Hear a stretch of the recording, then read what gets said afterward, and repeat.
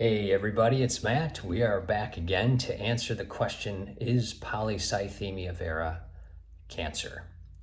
And I see this coming up all the time. It's like a great debate on the polycythemia vera forums.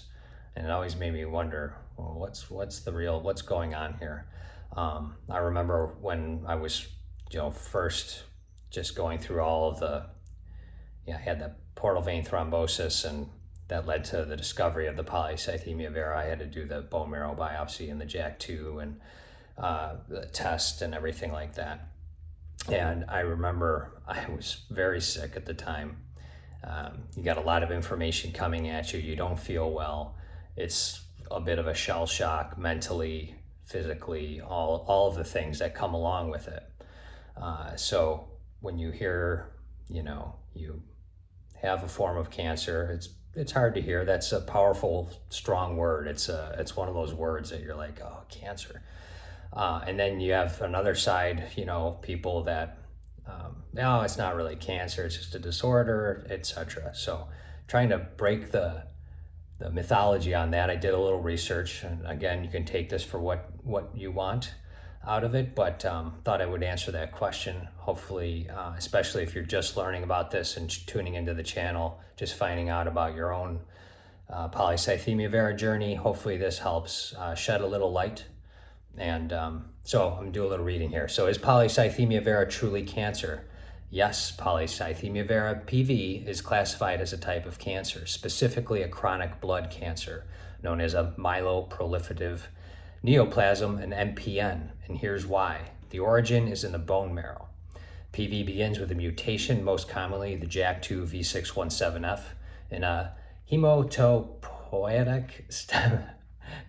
apologize for the mispronunciations, stem cell in the bone marrow, causing it to produce too many red blood cells and often white cells and platelets too.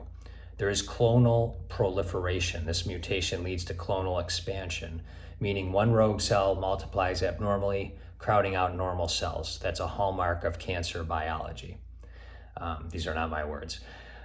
Slow progression. PV is considered indolent, meaning it progresses slowly and often remains stable for years, but it can evolve into more aggressive cancers like myelofibrosis, myelodysplastic syndrome, or acute myeloid leukemia, AML, in a minority of cases, stress minority, just for hope for all of us. Cancer classification, PV is officially recognized as a cancer by the World Health Organization, the WHO, the National Cancer Institute, and major medical centers like Mayo Clinic, Cleveland Clinic, where I go in Buffalo, New York, the Roswell Cancer Institute.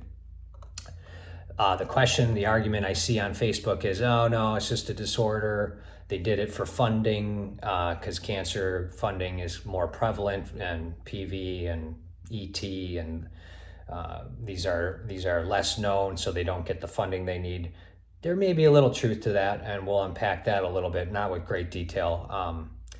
But again, if you hear you have cancer from your healthcare professional and you go home and this did not happen to me. I've had incredible support, but someone is telling you, it's like you need the support. So I'm here to support you. Was the cancer label strategically applied in the 2000s? This part of the debate is more speculative, but here's what we know. Here's what I found out. The historical context: PV was first described in the late 19th century by Vasquez and Osler. I don't know who that is. For decades, it was seen as a rare hematological disorder, not necessarily grouped with malignancies. JAK2 discovery in 2005, 20 years ago, the identification of the JAK2 mutation was a turning point. It provided molecular evidence that PV is a clonal stem cell disorder, solidifying its classification as a cancer. The WHO reclassification in 2008, the WHO formally grouped PV under myeloproliferative neoplasms, a subset of blood cancers.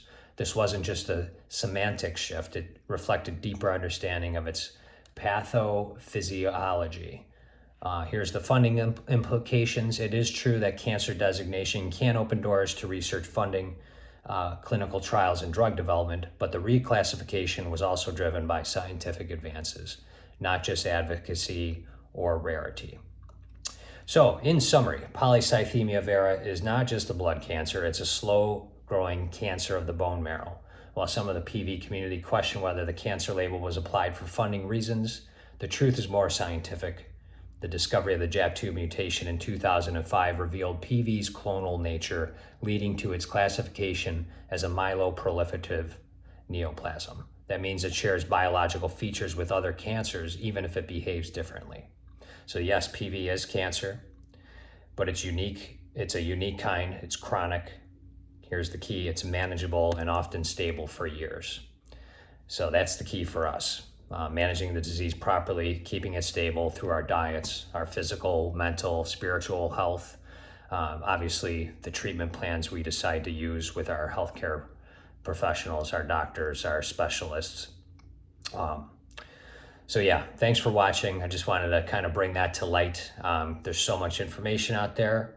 I did some digging on this, a little research.